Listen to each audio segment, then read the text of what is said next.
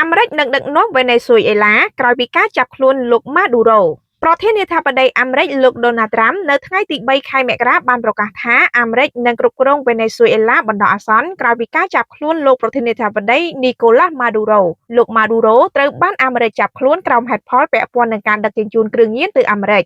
លោកនីកូឡាស់ម៉ាឌូរ៉ូប្រធានាធិបតីវេណេស៊ុយអេឡាត្រូវបានកងកម្លាំង Delta Force ចាប់ខ្លួននៅថ្ងៃទី3 ខែមករាបន្ទាប់ពីមានប្រតិបត្តិការយោធានៅទីក្រុងការ៉ាកាសបន្ទាប់ពីចាប់ខ្លួនលោកម៉ាឌូរ៉ូត្រូវបានបញ្ជូនទៅអាមេរិកដើម្បីកាត់ទោសស្របពេលវេណេស៊ុយអេឡាគ្មានក្បាលម៉ាស៊ីនដឹកនាំប្រធានាធិបតីអាមេរិកលោកដូណាល់ត្រាំបានប្រកាសថាវេណេស៊ុយអេឡានឹងស្ថិតក្រោមការគ្រប់គ្រងរបស់អាមេរិកបណ្ដោះអាសន្ន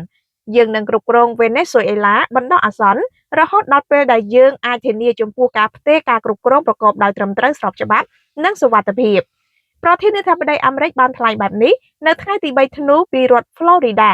ទន្ទឹមនឹងនេះមេដឹកនាំអាមេរិកបានបន្លយថាក្រុមប្រេងអាមេរិកនឹងទៅវិនិយោគនៅវេណេស៊ុយអេឡាដែលជាប្រទេសមានរ៉ែប្រេងដ៏ធំមួយលើពិភពលោកនិងកែលម្អហេដ្ឋារចនាសម្ព័ន្ធប្រេងឲ្យកាន់តែល្អយ៉ាងណាមិញក្រុមអ្នកជំនាញបានប្រកាសថាវាអាចប្រើពេលជាច្រើនឆ្នាំសូមបញ្ជាក់ថាអាមេរិកបានចោទលោកម៉ាឌូរ៉ូជាមេគ្រឿងញៀនដែលនាំទៅសហរដ្ឋអាមេរិកប្រធានាធិបតីវេណេស៊ុយអេឡារូបនេះអាចបង្ហាញខ្លួននៅតុលាការសហព័ន្ធ Manhattan នៅក្នុងថ្ងៃទី5 ខែមករាបន្ទាប់ពីលោកម៉ាឌូរ៉ូត្រូវបានចាប់ខ្លួនតុលាការវេណេស៊ុយអេឡាបានបញ្ជាឲ្យលោកស្រី Delcy Rodriguez ធ្វើជាប្រធានាធិបតីបណ្ដោះអាសន្នសិនទន្ទឹមនឹងនេះលោកស្រី Rodriguez ក៏បានទាមទារឲ្យអាមេរិកដោះលែងលោកម៉ាឌូរ៉ូនិងភរិយាភ្លាមៗផងដែរ